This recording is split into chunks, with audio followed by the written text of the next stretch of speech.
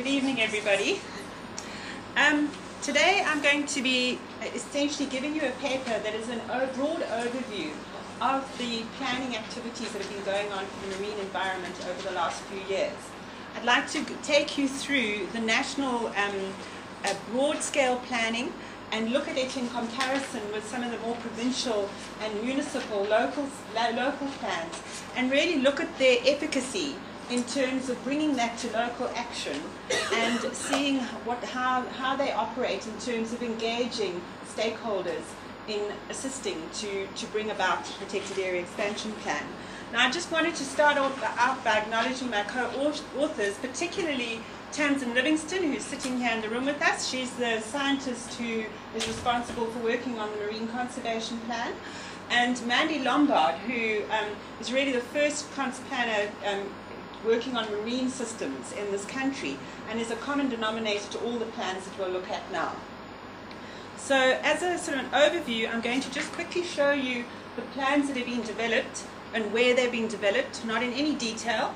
They're all based on systematic conservation planning principles and software, initially with SeaPLAN and now more lately with MarkSan. And essentially SeaPLAN on the East Coast was the first plan that was worked on, but it was very quick just looking at the East Coast by Ezemvelo with Mandy, but it was overtaken by the National Spatial Biodiversity Assessment in 2004, which did a broad-scale assessment and used many of the methodologies that we'd used that we were still working with in KZN.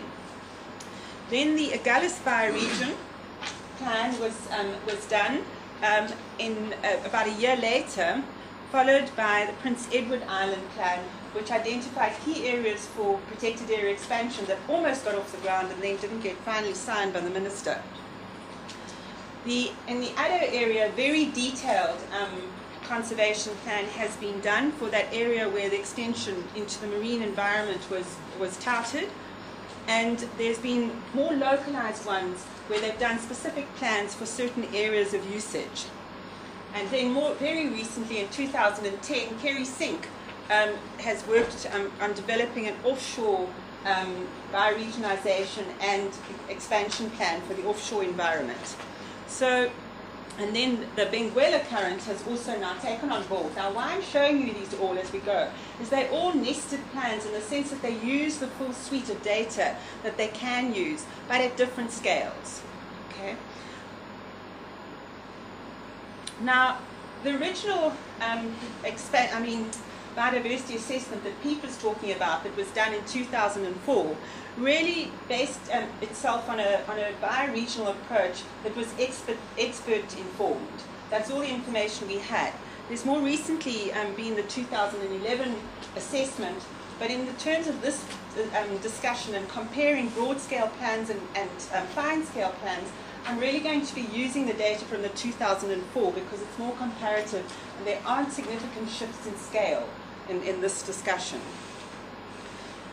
If we look at the conservation assessment of the inshore bioregions and we ask the question, how well do the current South African marine protected areas meet our conservation targets? Well, if you look at the different bioregions, you'll see that in terms of the no-take target of a 15% from our CBD targets, only the Delagoa area does, and that's really for the northern protected areas that we have in the Isimangaliso Park. And the 25%, only the Delagoa and the Southwestern Cape. So we're not doing very well, and there are actually no offshore protected areas at all out deeper than 3 nautical miles around the whole coast. In this National Conservation Plan, a broad-scale shoreline assessment was done and planned. Now, while this one, the planning units were 50-kilometer stretches of the coastline, and while it was quite a lot closer than the offshore one that I showed you earlier, it still was not useful for any discussion at a local level with shoreline users, because a 50-kilometer scale is too big for the size of a protected area, as well as too big for to talk to a beach user about, because he's only interested in a few kilometers in front of him. As I said, Kerry Sink has just completed the product for the offshore, which is, and although it provides a very broad-scale offshore plan using satellite imagery and depth data, etc. Essentially, its scale is 5 nautical miles. It gives us nothing on the shoreline or inshore at anything less than 30 meters. This one has been a useful tool really only for the offshore big fisheries and mining interests, where when we talk about it later, you'll see that it's probably a top-down approach where you use broad-scale government intervention rather than engaging local stakeholders, because they don't have any powers over what happens in the offshore. Now, in KZN, we have the SeaPLAN product, which is a fine-scale plan, and I'd like to look at that in comparison with the broad-scale plans. Essentially, the feature of this one is that it's an integrated plan at 3 different scales. At the inshore, the scale is 100 by 100 meters down the intertidal. You can see it's very fine. In the shallow subtidal, up to 30 meters, it's 200 by 200 meters, and then offshore 1K by 1K. And it's a seamless plan that overlays on itself with the planning units.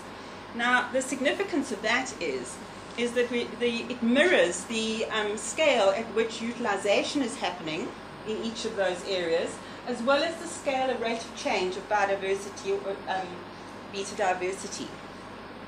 So what we did is we mapped the habitats, coastal habitats.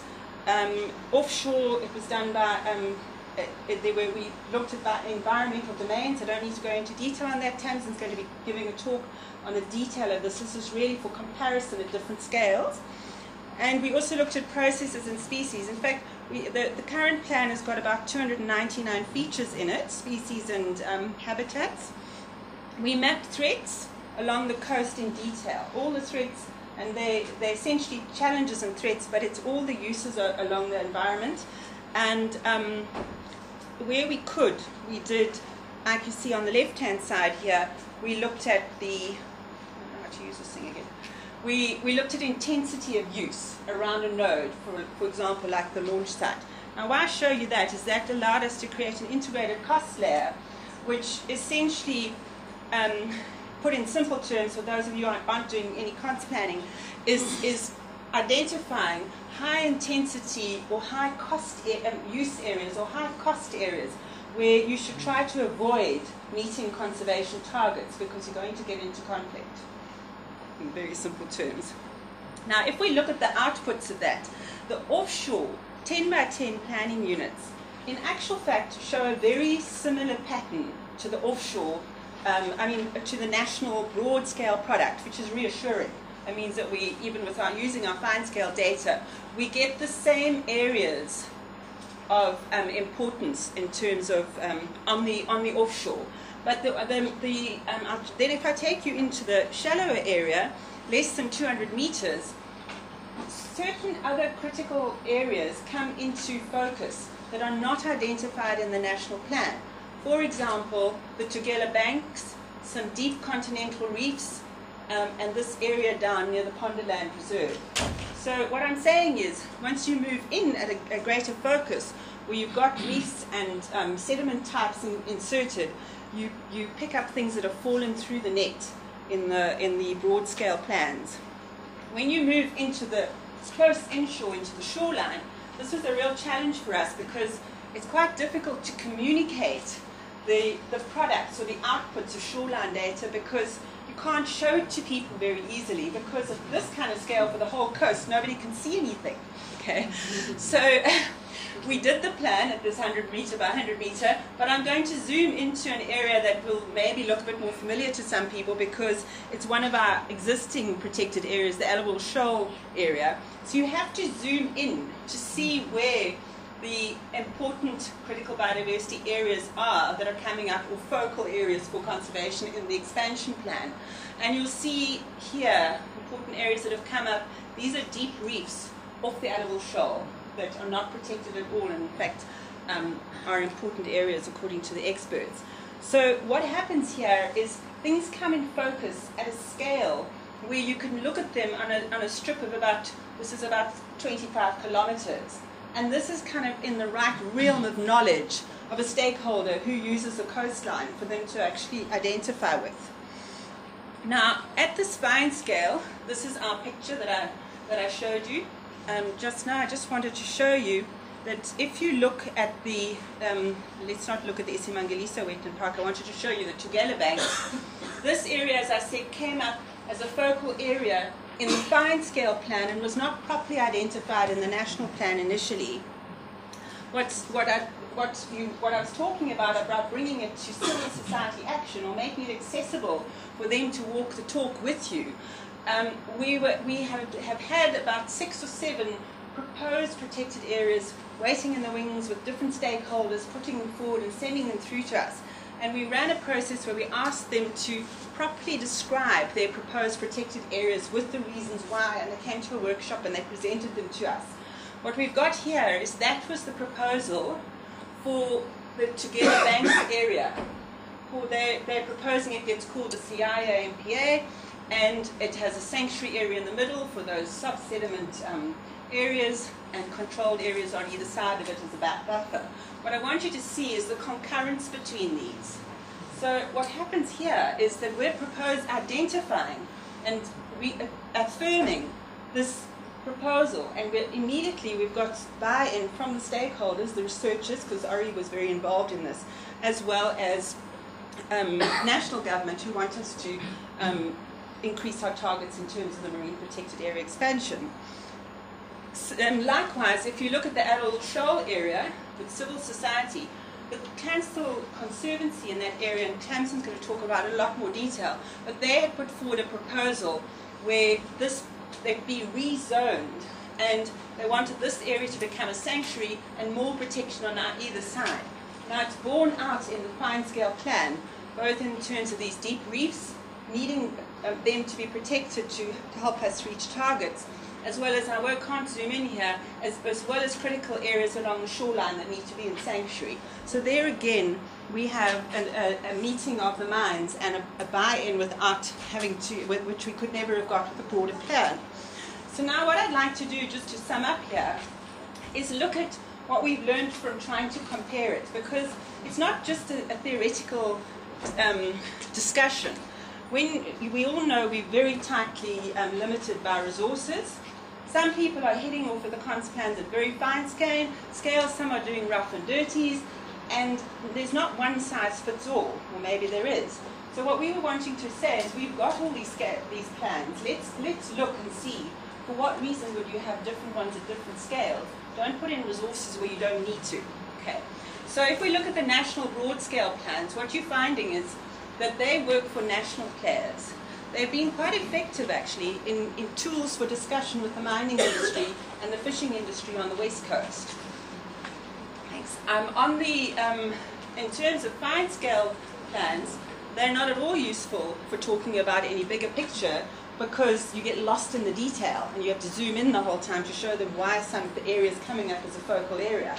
But they work for local stakeholders who can't identify with the broader one, where they can't see themselves in the picture. Okay. So let's look at the positives and negatives that we've kind of distilled out of it. For national broad-scale plans, they provide policy imperatives for protected area expansion. In fact, the new assessment and plans base their targets in terms of what you wanted to achieve and how far we've got so far on these broader scale plans. They provide the targets for expansion with regards to protected areas, broadly identify priorities. We've been able to communicate messages around where there's not enough protection in broad terms. And they're much quicker and easier to produce. But their negative is there's a coarse identification of the priorities. Many ecosystems and species fall through the net. The things that we've been finding wouldn't have been picked up if we stayed that way. And they're less suitable for local planning action. But the fine scale plans provide specific identification of areas for expansion and zonation of existing protected areas where additional protection is needed, detailed identification of priorities, and civil society are able to act to help to contribute to work with us to champion the expansion. But they have quite a big drawback in the current context of all of us who are working conservation, is the time and resources intensive. The SeaPLAN product is now out as a technical report, and all the products are out. But it took us 10 years from starting to collect the data in a systematic way to actually produce the fine-scale plan. The data gaps are also a challenge because, as you know, you can only use data sets that are consistent across the area. And also we don't have very much information for the deep water stuff. So those are the two constraints. The other, these last two slides are just to show you the other things that really are, in the marine conservation planning context, are of concern to us and still, we're still grappling with them. The one is zonation of marine protected areas, because there's a very inconsistent zonation of protected areas around the country. Some are completely no-take, some have got various types of fishing in them. Some are, it's not as clear enough to just say no-take and marine protected areas. When we're comparing apples and pears, where in the Eastern Cape is comparing their target achievement to the Western Cape to KZN. So this is one thing that needs to be resolved, and we've been talking about this, and there's now a group trying to work on it with DEER to create a consistent zonation which defines what activities can happen in each of the different types of zones that are currently in the protected areas. And also you need it when you talk to stakeholders, because you come to them and you say, we want to create a sanctuary here, we want to create a restricted zone, and they say, well, what can't we do in the restricted zone? And we say, well, if you're in the Eastern Cape that, and if you're in the Western Cape that, you've lost them. Okay, and the last slide is targets. The target setting in terms of the biodiversity target, i.e. what is the threshold for when species or ecosystems go through that from, it's a protected species to an endangered species to a critically endangered species. What are those thresholds? How much do we need in protection, in sanctuary of each different species?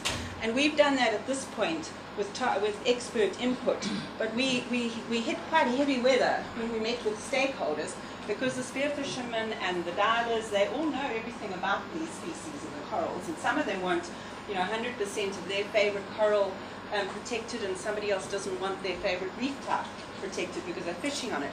And you have to defend yourself. So as soon as you put yourself in that arena where you're now going to engage directly with the stakeholders in workshops and let them engage with you, you have to be accountable to the methodologies as to how you got your targets. So that's a problem that we have at the moment, and we just recently commissioned a study, Sean Porter did, to review all the information. But we haven't taken that forward to create a consistent target setting base in the marine environment. Okay, thank you. That's it.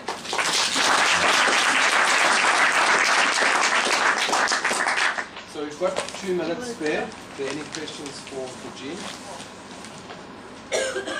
Hi, Jean. I know there's a plan to do mining off on the Tegela banks. I don't know if there's an application, but they're quite serious about mining titanium. Is this whole thing going to be robust enough to resist? Well, we've already started that discussion. Jenny Long was sitting here. She's been a big agent in terms of